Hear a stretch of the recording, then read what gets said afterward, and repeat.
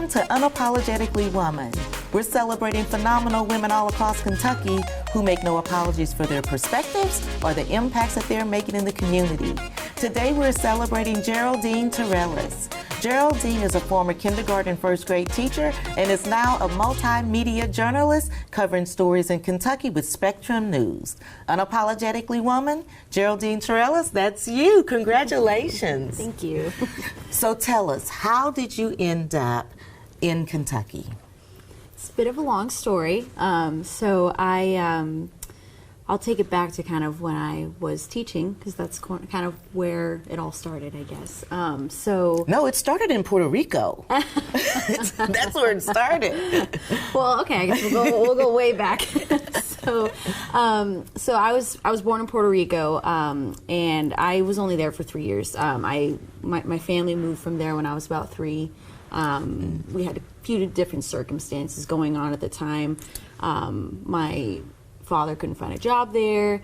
My brother had been diagnosed with autism, and the schools there, public schools, are not the best over there. Mm-hmm. Getting into private schools was very expensive. Those are like the good schools to go into, and so my parents, thought it was a good time to leave, and so we moved to Arizona, and so that's where I was raised. I went to middle school, high school over there, played golf. My stepdad got me into golf, and I worked. Do you still play?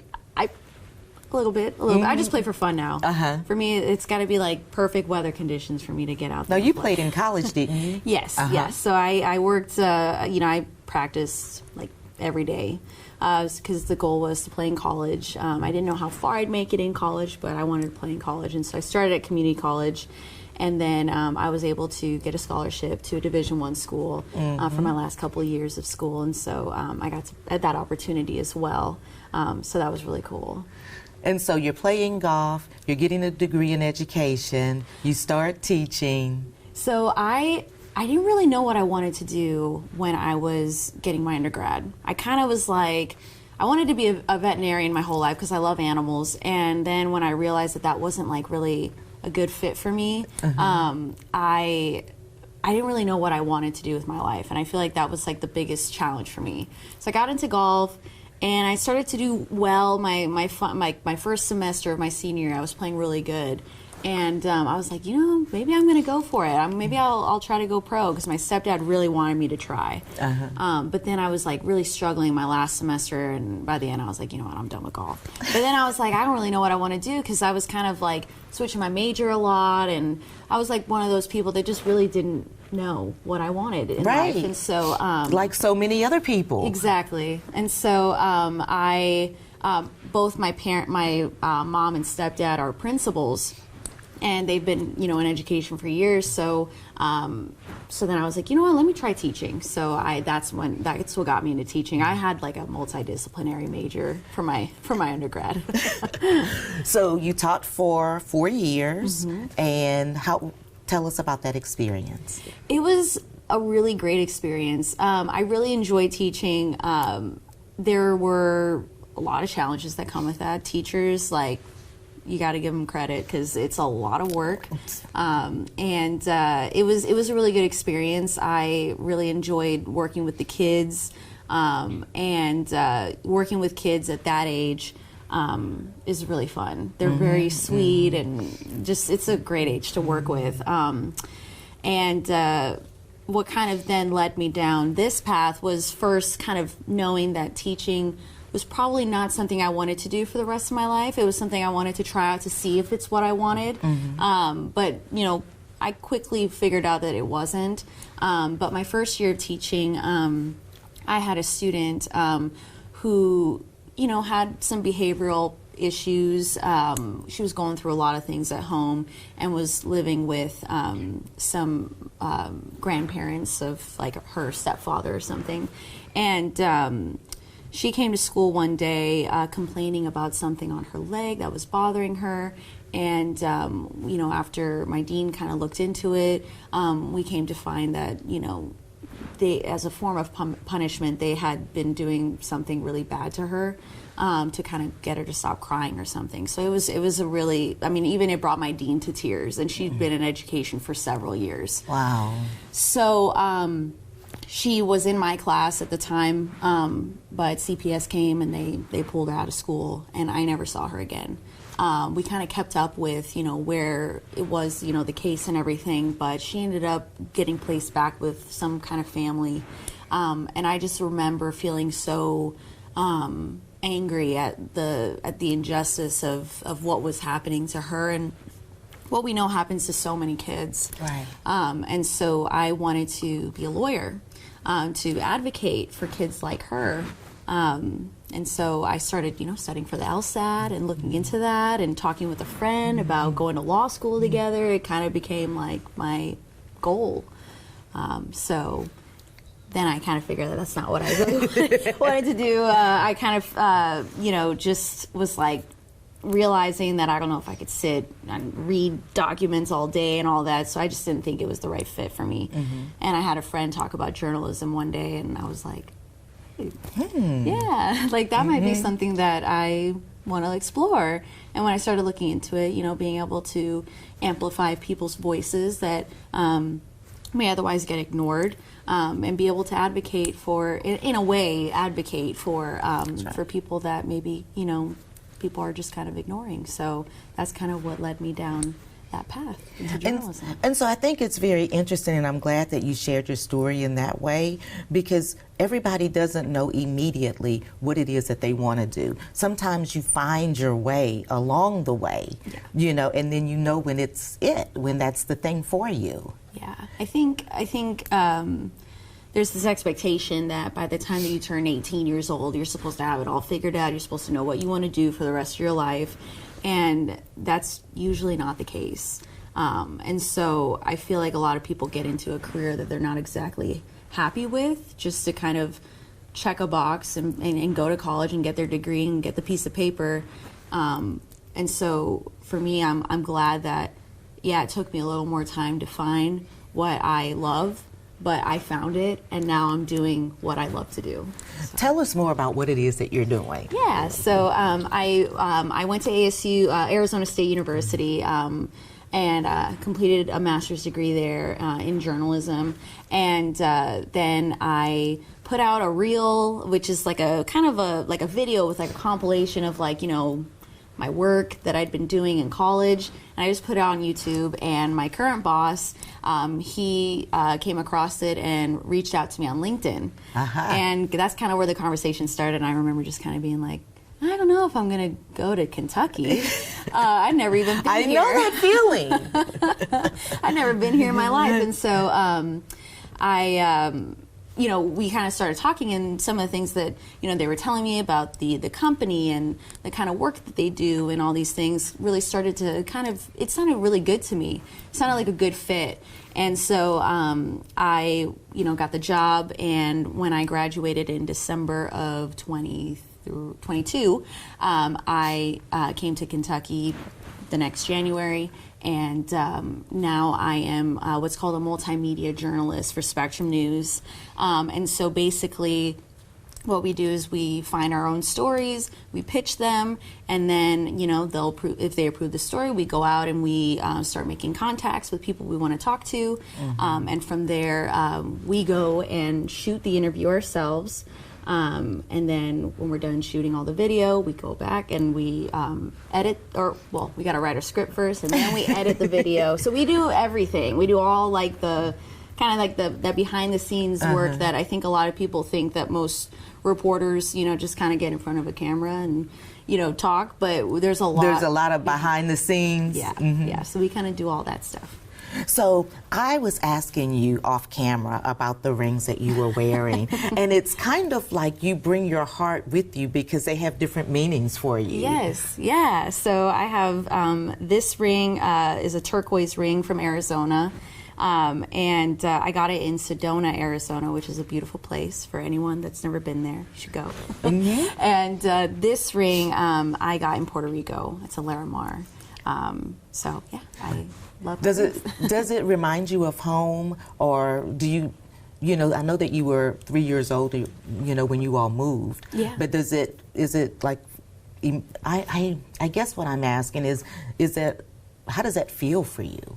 I mean, it definitely, like, anytime I look down at my ring and I remember, you know, the moment that I got it. I've gone to Puerto Rico several times since I left. I was just there this past September, actually.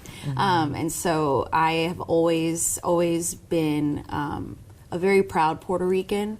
My parents, my family has always commented on that. They're always like, you're so proud of your heritage. And so I've always been very proud of that, and being a Latina woman. And so, yeah, I love my ring, and I have a flag in my car, Puerto Rico. I'm very proud of where I come from.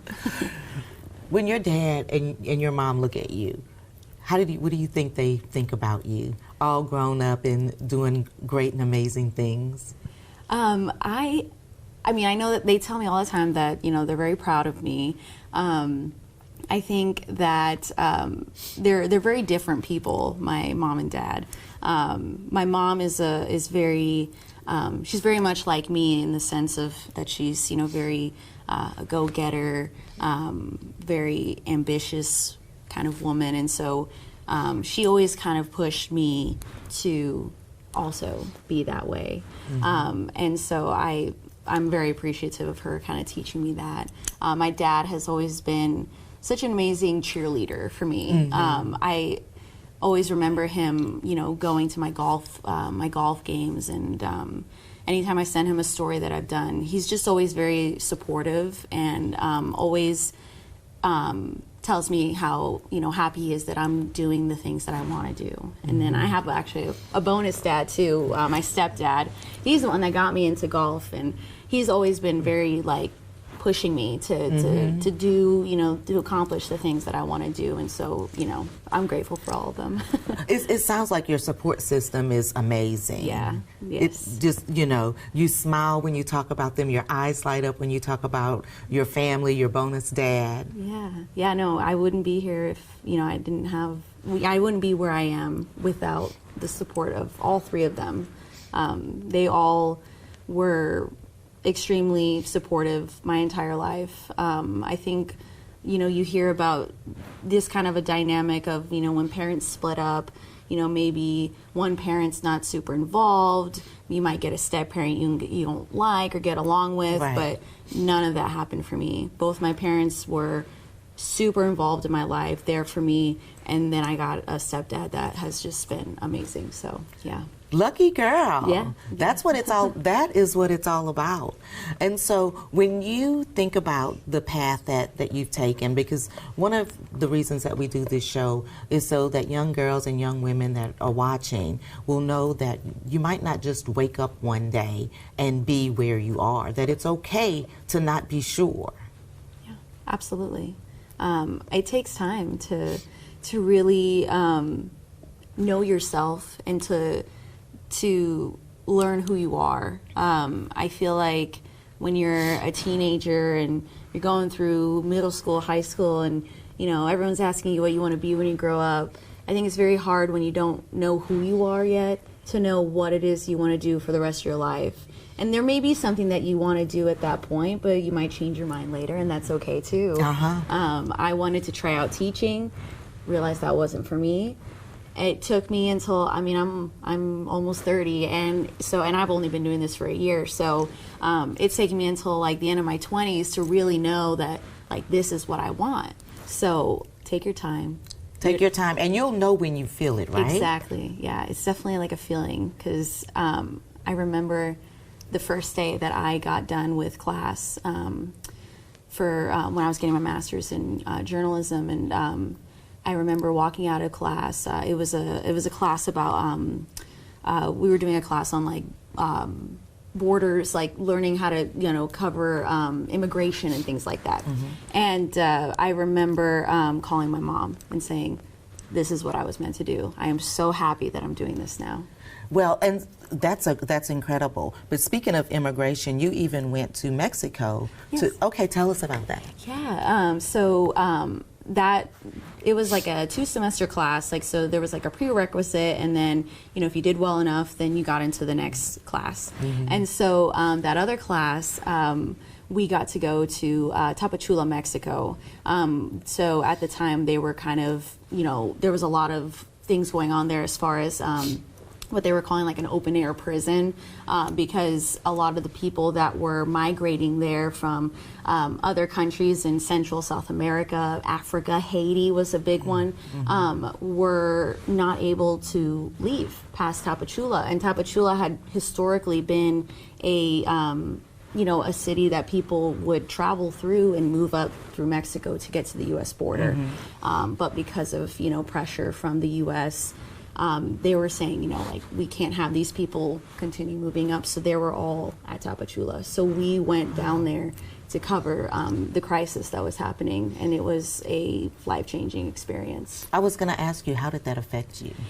It took a toll on me. I think, you know, seeing, you know, you see people in America going through a lot of things. And I don't know, it's when you go somewhere like that, it's different. I don't know how to explain it, but I remember, I think the biggest shock for me is seeing children sleeping on floors outside, flattened, like they would take cardboard boxes and flatten them and sleep on them.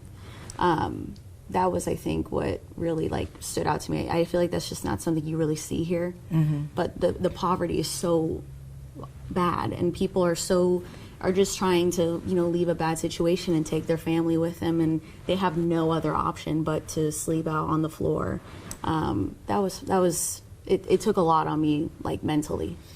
And then bringing issues like that to light is very important for you. Yeah, no, absolutely.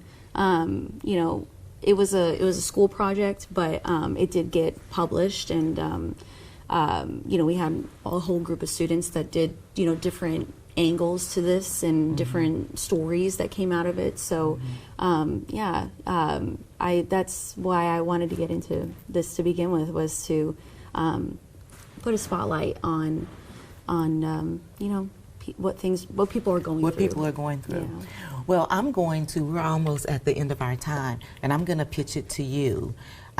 For young girls or young women that may be watching and thinking, you know, I don't know what I want to do, I don't know where I want to be, what kind of advice would you give them? Just keep trying things, because you never know what you're going to come across that you might like. So when you try things and you kind of see, you know, how it goes, like, maybe it's taking a class in college that you might have otherwise not taken, something that you're interested in, but you don't maybe know a whole lot about. Maybe it's taking that course. Maybe it's reading that book that maybe has more information about, you know, whatever you have, you know, whatever you're interested in. I would say just try new things, traveling, you know, getting to know the world and people. I think that through talking with people, and you learn about different opportunities and experiences. So yeah, I think just getting to know yourself and getting to live life is kind of what, don't rush it, you know. So that's incredible. Thank you so much. Thank you. Thank you. You guys heard it from Geraldine. Don't be afraid, live life, and don't be in a rush. Continue to watch as we celebrate other phenomenal women just like her on our upcoming episodes of Unapologetically Woman. I'll talk to you soon.